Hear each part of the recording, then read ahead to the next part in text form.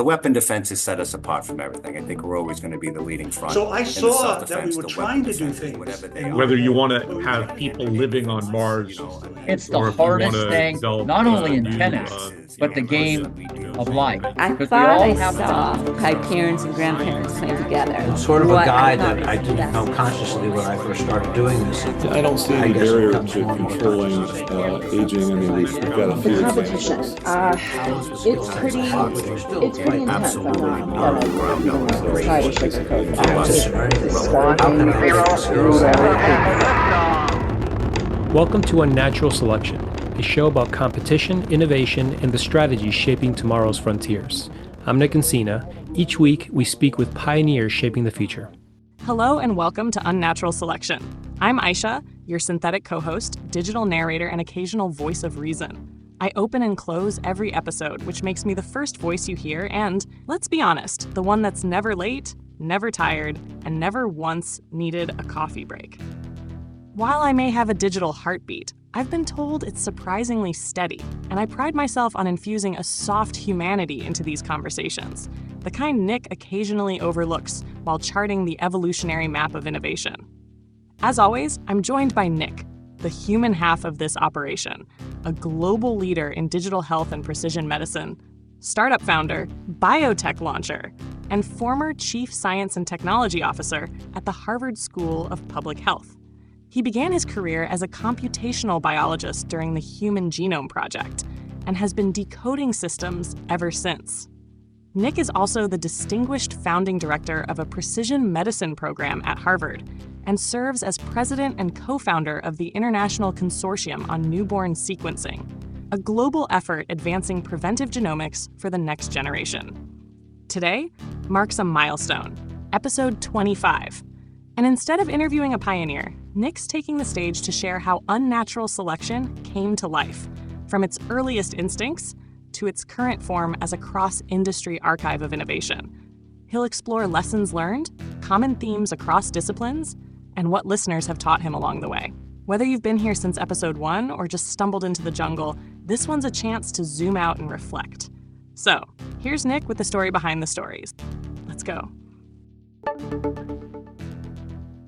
Hello, everybody. My name is Nic Encina, and welcome to the special 25th episode of UnNatural Selection. For the last 24 episodes, we've had the privilege of speaking with some of the most innovative minds across a breathtaking range of fields. We've delved into what it takes to create, compete, and lead in a world that is changing faster than ever. And now at this significant milestone, we're pausing to reflect not just on the incredible insights our guests have shared, but on the very origin story of this podcast and how our thinking has evolved along the way. This episode is different, though. It's an opportunity to synthesize all of the lessons we've learned and to share with you what we believe are the core principles that connect innovation to the conceptual framework of evolution. We'll be breaking down the key themes we've identified across all of our conversations, from the power of compelling narrative to the importance of resilience. But more than anything, this episode is a chance to hear from you. We want to hear your feedback on what has resonated, what hasn't, and how we can continue to evolve this podcast to create better value. Your input is the selection pressure, if you will, that helps us optimize our show and the things that we focus on. So let's take a moment to look back at where we've been and, with your help, chart a course for where we go from here. All right, let's take it back to the origin. Can you tell us, why did unnatural selection start in the first place? This all kind of started over lunch with a friend in December of 2024. Someone I really respect, former CEO of LexisNexis. We were talking about career stuff, life, and just catching up. It had been a few years since I saw him. At one point he said, "You should really write about your experiences." And I kind of laughed. I thought, a book? Nah. It didn't feel like me. The idea of sitting alone, chipping away at a manuscript for months or years on end, it just didn't fit, and it was kind of antithetical to the way that I've worked in any other area of my life. Everything that I've ever done, whether it's launching a company, building a new program, starting something from scratch, it's always been quick, iterative startup style. Try something, get feedback, adjust, repeat, iterate, learn, experiment, succeed, fail. I've never been one to vanish into my own head and come out the other side with something polished and final. Now, I know a lot of people do write books that way with great success, but for me, that process felt kind of antithetical again to how I create. I need feedback loops and I need momentum. So a book was out, but the idea of writing stuck with me. Not in the traditional sense, but as a way to explore ideas more publicly. At first, I resisted even that. Writing a blog just felt self-serving, self-promotional, maybe even a little performative. And I've never been someone who's super comfortable putting myself out there in that way. But the more that I thought about it, the more that it started to feel less about me and more about making space for exploration in something that I care deeply about, which is creation, creativity, innovation. That's the stuff that really drives me. I've learned one thing over the years about myself, that it's if I'm not building a new program or organization, then my brain naturally is working on a new piece of software or tool or even writing music. I just get energy out of making and creating things that people find value in. At the time, I was also going through some personal challenges, some heavy reflection, figuring out a few things on my own. And honestly, diving into this project helped me. It gave me something to focus on, something constructive to do with my time. And looking back, the early days of Unnatural Selection kind of feel like a blur. But I think that's how it is when something just pulls at you. It pulls you in. It started as an experiment, and it's been evolving ever since. Part 1, the podcast origin story. You know, at the risk of oversharing, the idea behind the podcast actually started in the bathroom. Haha, wait, seriously? One day I noticed that our toilet paper had these little squiggly perforated edges instead of the usual straight lines that almost never work as planned. And for some reason, that detail really stuck with me. I thought, toilet paper companies innovate. And then immediately afterwards, I thought, well, duh, of course they innovate. There's not just a single toilet paper company. They have to compete for market dominance. And they have to evolve to survive. Even in that space, innovation matters. And that tiny weird moment sparked a much bigger question in my mind, which was, if toilet paper companies are innovating, then what else is? Obviously, all other fields. It's not just the ones that I'm familiar with. Every industry is locked in competition and is forced to adapt. And if they are, then more importantly, what can we learn from that? And when you look at it from that perspective, for me, everything became an opportunity for an episode. Because just looking around the room, I see furniture, I see television sets, I see laptop computers, I see refrigerators. If I go outside, there's automobiles, helicopters. There are companies fighting for landscaping. Everywhere that you look, there are fields, factories, companies, and people that are all trying to do their best at competing with others in their similar space and trying to innovate and think of ways to differentiate themselves so that they can be chosen by the limited number of potential clients and customers. Absolutely. And so when I started thinking about it from that perspective, the idea just became that much more exciting because I've spent most of my life in science, tech, and healthcare, but suddenly I found myself fascinated by other arenas, the ones I didn't know anything about. And when I see how all of that mapped back to the bigger patterns, especially to evolution, natural selection, competitive pressure, adaptation. And that's where the name Unnatural Selection comes from, because we're not just talking about Darwinian forces in the wild. We're talking about this new era where we're living in, where humans are consciously shaping our own future. We're engineering evolution, designing our own next steps. It's natural selection, sure, but with human override, an intentional twist, a little unnatural. So the idea was, what if we explored innovation not as this shiny, polished thing, but as a response to pressure, a survival, as mess? What if we drew connections across totally different fields, from biotech to opera, from tennis to aerospace, and look for the deeper patterns underneath? That's the spirit of Unnatural Selection. And honestly, I think it's kind of like that old show Dirty Jobs, that show with Mike Rowe. Except instead of exploring dirty work, we're exploring the dirty side of innovation, the stuff that's raw, unglamorous, and often hard-earned. And from the very beginning, I knew I needed to move fast. I knew that my inclination was to stay private and not share more of myself than I absolutely needed to. And so I really realized that the biggest risk to not doing this was me second guessing myself and realizing that I didn't want any part of it. So I did the opposite. I pushed through it. I didn't know how to record a podcast. I had no idea how to edit, design graphics, distribute it, any of that. But I figured I'll learn or I won't. And if it flops, that's okay. At least I gave it a shot. So with regards to the launch itself, the first 3 episodes were intentional. I wanted them to represent different dimensions of what innovation actually feels like in the world. Episode 1, for example, with Steven Sasson, he was the guy who invented the digital camera at Kodak in 1975. Yeah, at Kodak. This is the company that practically owned photography at the time. But they couldn't see past film and consumables. Even though Steven had invented the future, the company they couldn't get out of their own way.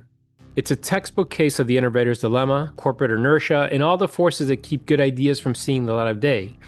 And looking back, it's easy to say, oh, well, they should have done this or they should have done that. But in that moment, it wasn't so clear. There was no digital ecosystem. There was no internet. No one was asking for a toaster-sized camera. But now Kodak's gone from 100,000 employees to just a few thousand. And I read recently that they might shut down operations entirely.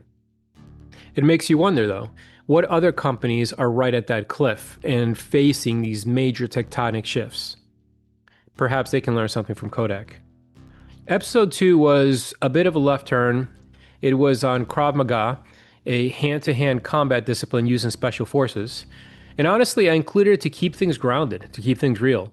I didn't want us to get too precious about innovation. I didn't want us to wield it with a capital I. Because at its core, innovation is survival, it's adaptation, and there's no better reminder of that than martial arts and the rawness of human survival. The stakes are high. It's not about theory, it's about what works in real time under pressure. Styles evolve, they blend, and I think that kind of evolution is just as relevant to business and design as it is on the mat. That's wild. In episode 3, NASA, because I couldn't not do NASA. I mean, when you want to talk about long-range innovation, you don't get more ambitious than launching spacecrafts into interstellar space.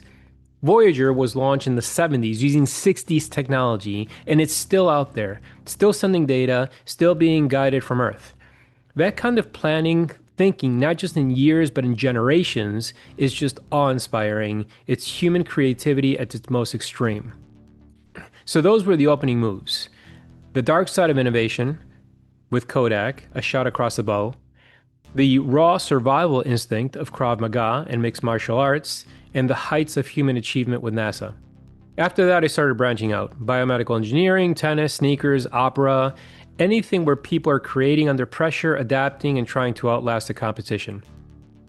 Because at the end of the day, UnNatural Selection isn't just a podcast. It's becoming an archive of how innovation actually happens. Not in theory, not in the boardroom slide decks, but in practice, in people's work, in their decisions, in the trade-offs, the failures, the small wins that no one sees.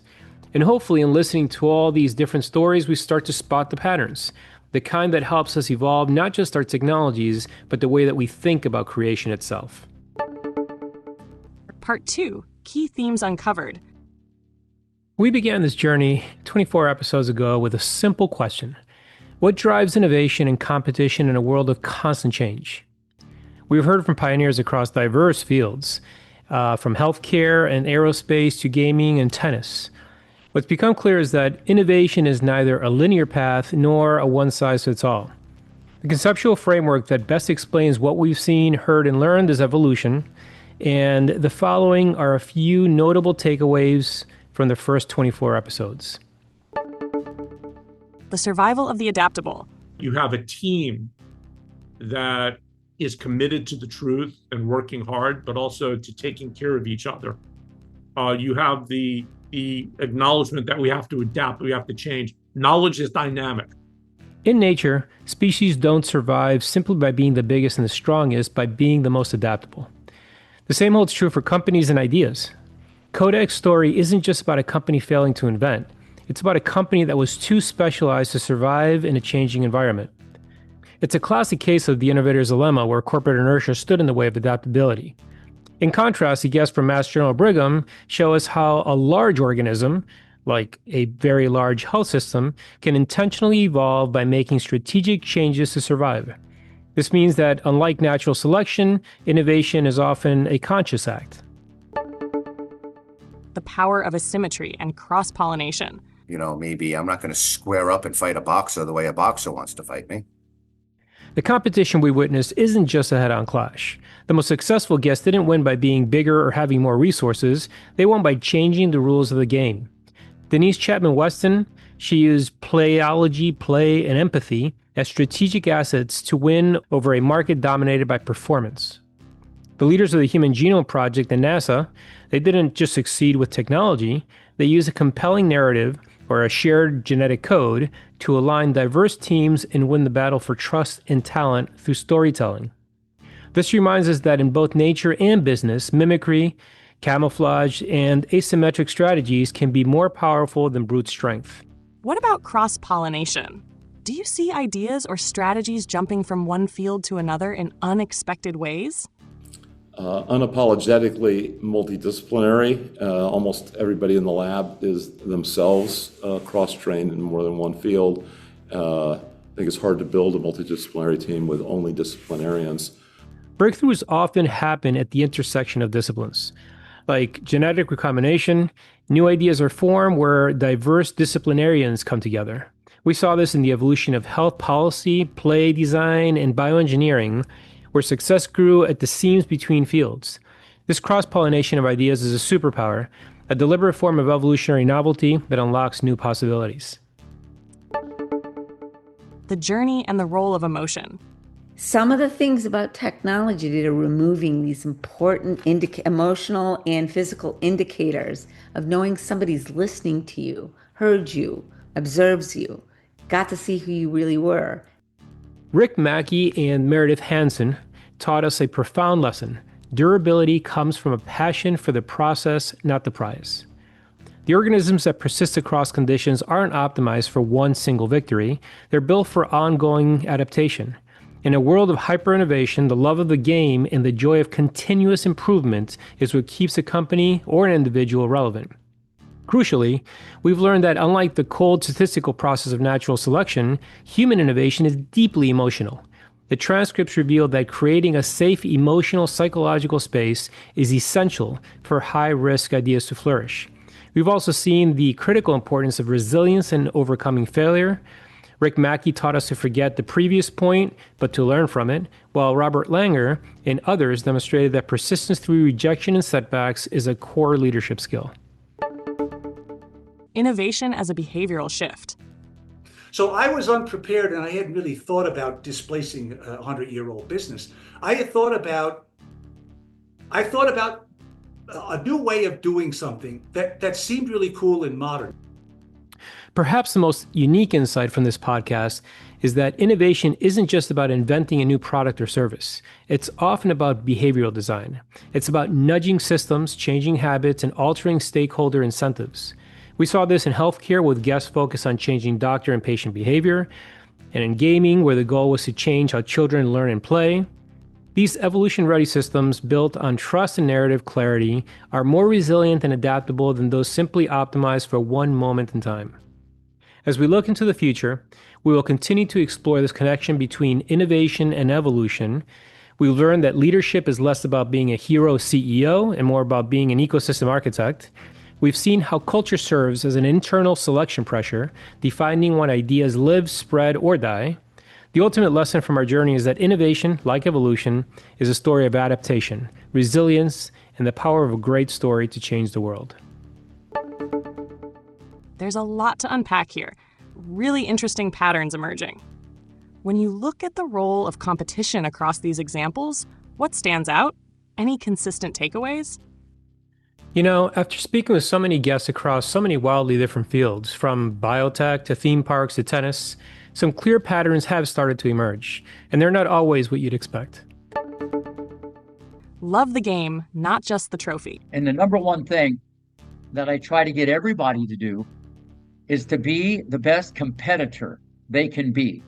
Okay, that should be the number one goal of any coach, mentor, or parent. if you're all about the competition, you don't check out as much. The people who go the distance aren't just chasing trophies, they love the game. You hear this over and over again. Rick Mackey in tennis, Meredith Hansen in opera, both talked about how real durability comes from loving the process, not just the outcomes. It's not about that single big win, it's about showing up consistently, evolving constantly, and staying in a game because you want to, not because you need to prove something. And if you think about it, if you love the competition and the process and the game itself, then your motivation is endless because there's going to be no shortage of competition. So if you use that as a way to motivate you towards continual improvement, that's a winning recipe for long-lasting success. And that mirrors something we see in biology too. Organisms that last across shifting conditions, they're not designed for one perfect moment. They're built for ongoing adaptation. They survive because they flex. Adaptability beats scale. The nimble and responsive often outlast the big and slow. A symphony or an opera company is engaging singers who are not from that area. They actually will encourage and allow us to come out a day or two before rehearsals start to get used to the altitude, because it really does have an impact on, and people are often surprised how much of an impact it does have. Some of the most successful guests I've had, especially those in healthcare and biotech, they didn't succeed by being the biggest. They succeeded by moving quickly. They adapted before anyone else even realized the terrain had changed. And evolution supports this idea. In volatile environments, generalists, the ones with range, often outcompete the specialists. It's about having the capacity to pivot when everything else is shifting under your feet. Change the rules, win the game, redefining value and reframing categories as a strategy for dominance. Cybersecurity is not really something about just bits and bytes cybersecurity, but it actually really is about where threats are going to converge, whether they're sort of internet-based threats, cyber threats, if you want, physical threats. But it's not just about playing the game well. The most innovative guests didn't just compete, they redefined the game entirely. They changed what value even means. Some reframed performance as play. Others shifted the focus from treatment to total well-being. Some created entirely new categories that the old players didn't even recognize until it was too late. And this principle, compete by redefining the game, is something we see clearly in martial arts too. Whether you're looking at Brazilian Jiu-Jitsu or Krav Maga, a core idea is that it's foolish to try to outcompete a powerful opponent at their own game. You don't try to outbox a pro boxer in the ring. It's a losing strategy. Instead, you shift the playing field. Use kicks, submissions, ground techniques, whatever changes the dynamics and gives you an edge or at least a fighting chance. You change the terms of the engagement. It's the same in business, tech, policy, everywhere.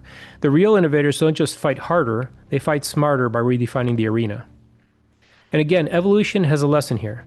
Speciation often happens when a new niche opens up. The winners aren't always the strongest, they're the ones who step into spaces no one else is paying attention to. Play as a competitive strategy. Curiosity, joy, and creativity as underused innovation levers. The feeling of walking into a restaurant is the same feeling that I had when I walked into my grandmother's house. Now, one of the most surprising insights for me has been around curiosity in play. Denise Weston in Playology was a great example of this. She treats joy as a design principle, not as an afterthought, but as a core strategic driver, and it works. There's something deeply powerful in seeing play not just as fun, but as fuel for innovation. Shape the ecosystem, don't just compete in it. Elite innovators alter the conditions of competition itself. There's nothing like being on the ground here, being on the team, and then walking, world-class institution one after another. And I think it doesn't exist like that anywhere else in the globe, and it might not exist like that at any other time. The top performers aren't just competing within an environment, they're shaping it. They're creating new categories, influencing stakeholder behavior, and even reshaping cultural norms. They aren't just surviving the game, they're rewriting the rules and changing what winning looks like. Asymmetry as an edge. Unorthodox strategies outperform brute force. How with the skill sets I have, which are still quite limited. I mean, I'm not a molecular biologist or politician or anything, but how can I take the skills that I have with their limitations and who I am and have the biggest positive impact on the world. That's kind of the guide that I've tried to use. People like Denise Weston, David Rue, and others, they're not just using better tech or bigger budgets. They're competing with strategies that feel almost unfair in the best way. Empathy, delight, hyperlocal trust. It's like in nature, where mimicry, camouflage, and unorthodox defenses let weaker organisms thrive despite not being the strongest or the fastest. The power of narrative warfare. Stories don't just sell, they align, adapt, and win hearts. Narrative and stories and building worlds and delivering it to people in a way that they can consume. I think that's the really valuable piece of it. Understanding how people consume content and what makes them excited about something. But maybe the most powerful lever I've seen across all of these categories is narrative. Because competition isn't just about better features or faster delivery, it's a battle of stories. And the ones who win aren't always the loudest or the flashiest. They're the ones who connect emotionally, who inspire action, who get people to believe. Simon Sinek said it best in Start With Why. People don't buy what you do, they buy why you do it. And the most successful leaders and innovators on this show, they lead with why. They frame their mission in a way that attracts talent, trust, and attention. They make people feel something.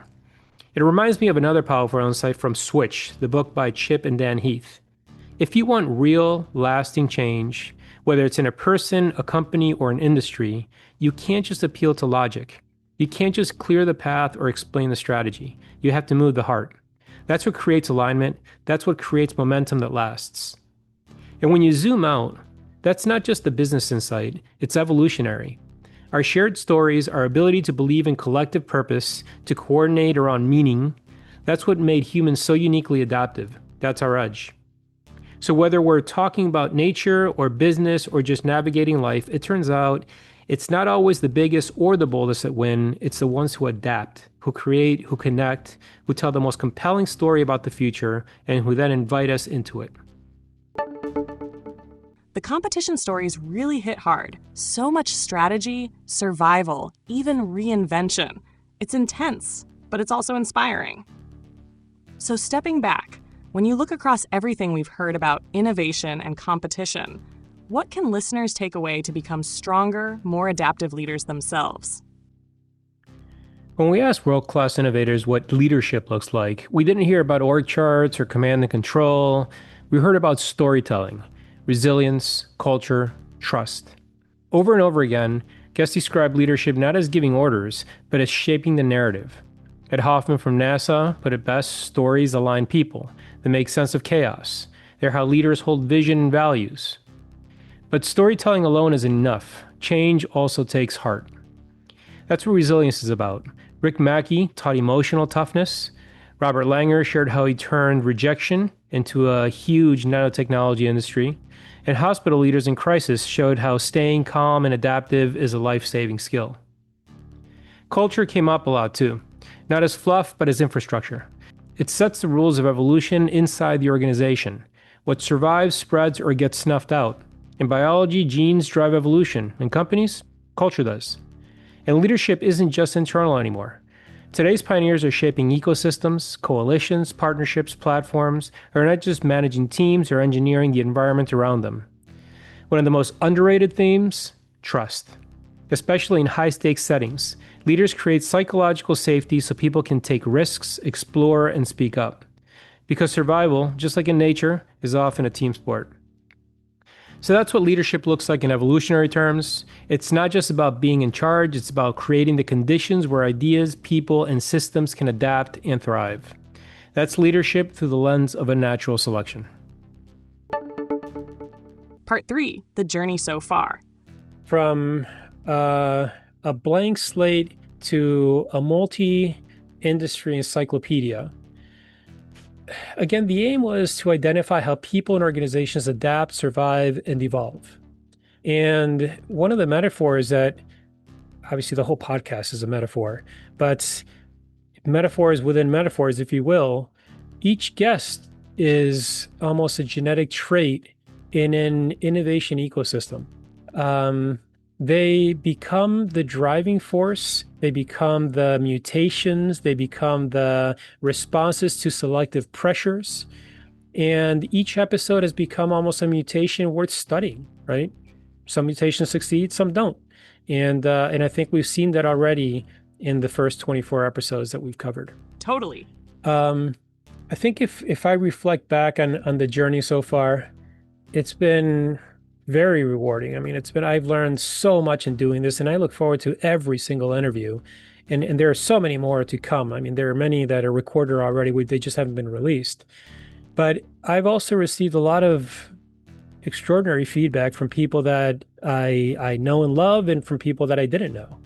And I want to share some of that right now because it's shaping how I think about this podcast. Again, I started with just a general idea. If I could throw it out there, see where it goes. And so some of the feedback so far is that some people would like me to be more involved, to involve myself more in the conversations. You know, when I first started, again, with my general kind of inclination to not make it about myself, I saw myself more as a passive listener, asking questions, getting out of the way, and focus on the guest. But some people have actually told me that they look forward to hearing me chime in more, and they look forward to kind of my insights and my comments as we have these conversations. That actually surprised me. I actually genuinely did not consider that because I thought, I mean, I'm interviewing extraordinary people. I'm interviewing some of the most influential people of our time and some of the most decorated and revered scientists and technologists and artists. And I thought, like, well, that's who we want to hear about. That's what we want to learn about. It's really not about me. But I have gotten some feedback saying that it'd be nice to hear more from me. So it's something to consider. And honestly, this special episode, this summary episode, the episode 25, is an attempt to get out of my own comfort zone and explore a new approach to see how it goes.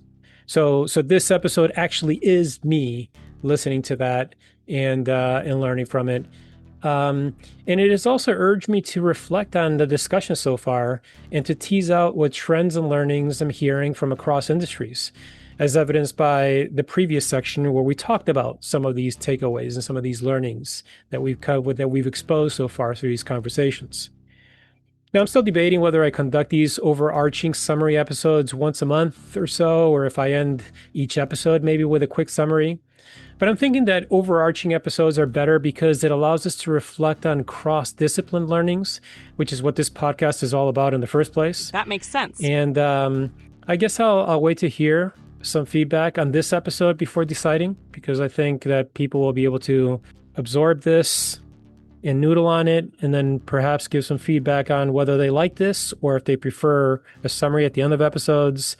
Again, my inclination is to do more of an overarching one because I really like teasing out threads that come out in conversations across industries. I find those to be interesting.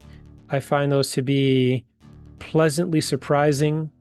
And then I also find them to be kind of reinforcing in a way, because if they exist across disciplines, then we're probably onto something more than, say, a particular theory that one particular person or one particular discipline has. So I'm inclined to doing these overarching episodes, maybe once a month, maybe once every couple of months, but we'll decide after more feedback.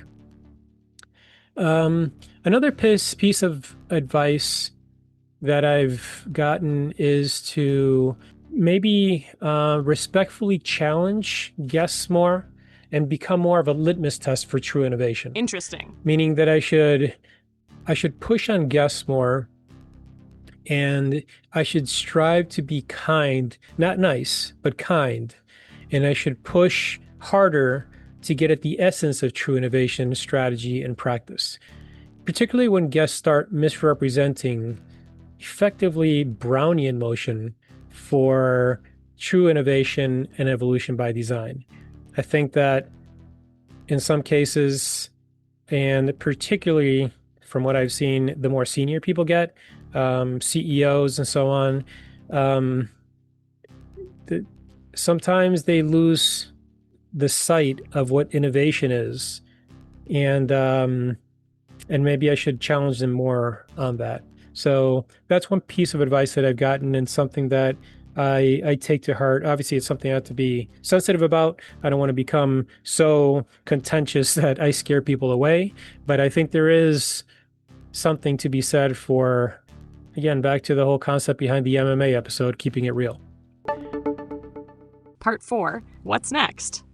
Where is the show headed? As I mentioned, there are things I'm thinking about. I think that there are lessons learned from previous episodes. I mentioned that there are a bunch of episodes already recorded that we haven't released. Everything from the CEO of Blockbuster to mineral extraction to neurotechnology to public education and many other fields. In fact, actually, I welcome you guys to send feedback and let me know what fields you would consider to be interesting to explore. I mean, I would love to interview somebody from Formula One or NASCAR, maybe rugby, maybe, I don't know, there's so many fields out there. You know, you can think about automobiles, right? It would be interesting to learn about from BMW or from Ferrari on what innovation means to them and how they approach it. Yeah. So if you have ideas on disciplines, on areas, on fields, and also specifically people that would be interesting to hear from, I'm always looking for, again, experts. I try not to focus so much on startups because I guess fundamentally, and I've been in startups enough that to know that startups, their success is not proven yet, right? So it's like trying to learn about innovation or how to do it right from a startup is putting the cart before the horse, because we just don't know yet. And so, I mean, I wouldn't be opposed to a startup if the founder is a multiple success founder of startups where he or she knows what they're talking about. That's a different story. But the idea of just going after startups doesn't really appeal to me, because I want this to be, again, an encyclopedia and an archive of learnings. And I think that startups are still learning. So there's less to reflect on there. So to me, it's really about world-renowned experts in different disciplines and what we can glean from their experiences. Interestingly, also, by virtue of my career in biotech and life sciences and healthcare and so on, I'm naturally drawn to health and science. But I honestly, personally find fields entirely foreign to me to be the most curious and rewarding. And so I'll continue interviewing people across biotech and pharma and so on. But because there's a lot of work being done there, and it's fascinating what is happening today as we're seeing this crossover from technology to biology and life sciences and what that means for human health and the future of humanity. But I really do find areas outside of healthcare and life sciences to be really rewarding. So what does success look like for this podcast? Again, I launched it without much of an inkling of what I wanted to do with it. It was mostly get it out there and see where it goes, see where it resonates, what hits, what connects, what doesn't. But I want to continue creating this archive of real-world innovation across industries. I want to continue distilling learnings that shed light on human creativity and the essence of what enables humanity to begin shaping its own evolutionary destiny. I want to ask questions about what are we doing right? What are we doing wrong? How can we take these learnings and become better at it? Can we reframe how we think about and discuss innovation everywhere from the corporate boardroom to the tennis court to healthcare or even in space? And how do we take these learnings from different industries and apply them towards the development and furtherment of the human condition and in our own society? That's really powerful. Again, I invite the audience, I invite you guys to suggest guests and themes, because I think that for as much as I'm looking around at things to interview, I am sure that the collective knowledge of people will bring about a much richer experience. So to close, I want to express my profound gratitude, first and foremost, to my guests. I've had the privilege of interviewing some of the greatest minds of our time, and in some cases, some of the greatest minds in human history. They didn't have to do this, and their generosity humbles me, and I'm incredibly grateful for their time and their support as we've launched this experiment. I want to thank family and friends that have been incredibly supportive, from my wife who supports me daily, to my daughter that encourages me, to my son that pretends to run his own podcast, little 3.5-year-old, and to my brother who created the music score for Unnatural Selection, and all the way to my father and closest friends who are my most devoted listeners. Thank you guys so much. Your feedback and your support means the world to me. And I also want to thank anybody who's listening to this right now. I'm certain that you have other things that you could be doing, but you are choosing to log in here and listen to me ramble on about my experience so far. It's not clear where Unnatural Selection will go, but if I see that it's resonating with people and you're getting value out of this journey, then we will keep this experiment going to where it takes us, together. Thank you. And that's a wrap on episode 25 of Unnatural Selection, a rare one where Nic talks to himself but somehow still makes it worth listening to. If you've made it this far, thank you for being part of this evolving experiment, one that spans industries, disciplines, and species of thought. Whether you're here for the science, the strategy, the survival stories, or just to hear how far a synthetic voice can go without sounding robotic, we're glad you're along for the ride. New episodes return next week with more pioneers, more evolutionary twists, and yes, more opportunities for me to gently humanize whatever Nic throws at you. Until then, keep evolving. And if you enjoyed this episode, subscribe wherever you get your podcasts, leave us a review, and share it with someone who thinks innovation is only for one industry or one species. You can find more at unnaturalselection.net.